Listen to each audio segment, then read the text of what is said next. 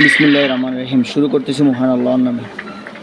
আমাকে অনেকে প্রশ্ন করে, ভাই আমি যদি 100 কয়েল পাখি পালন করি তাহলে আমার কীরকম লাভ হবে এই জিনিসটা নিয়ে। তো আমার এর আগে আমি একটা ভিডিও দিয়েছিলাম, ফার্স্ট স্টার্টিং আপনারা ব্যবসা যখন শুরু করবেন তখন কত ইনভেস্ট করতে হবে এবং কি এখন ডিমে আসার পরে আপনাদের কীরকম ইনভেস্ট এবং কীরকম লাভ সেই জিনিসটা আমি আপনাদেরকে দেখাচ্ছি। এক একটা কয়েল পাখি ডিমে যখন আসবে তখন এক একটা কয়েল পাখি দৈনিক 20 থেকে 25 গ্রাম খাদ্য খাবে।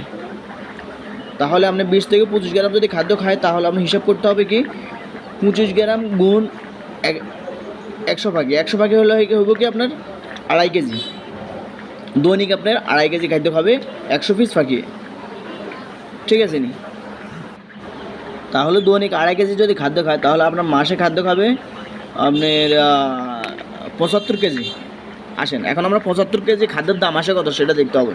বর্তমান যে রেট এটা হচ্ছে এখন বর্তমানে 550 টাকা কেজি, ঠিক আছে নি? আপনি বস্তা কিনলে 550 টাকা কেজি পড়বো। 550 গুণ 75 দেন তাহলে বাড়িয়ে যাব, বুঝছেন নি?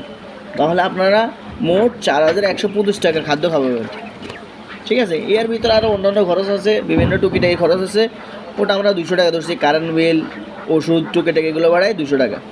তাহলে আপনার ইন টোটাল খরচ হয়েছে কত? 4325 টাকা। এখন যেটা খরচ ইনভেস্ট করছেন এখন এটা বাদ, এখন আসবে আপনার হিসাব কি ডিমের হিসাবটা। আমরা 100% 100 পাখি থেকে আপনার 90% ডিম আসে, তারপর আমরা 10টা ডিম বাদ দিছি, আমরা 80% ধরছি। 80টা ডিম আসে দৈনিক। আপনার যদি দৈনিক 80টা ডিম আসে তাহলে আসেন হিসাব করতে হবে আপনার দৈনিক 80টা ডিম যদি আসে 80 গুণ 30 দেন তাহলে আসবে কত? 2400 ডিম। আপনার মাসে 2400 ডিম আসবে।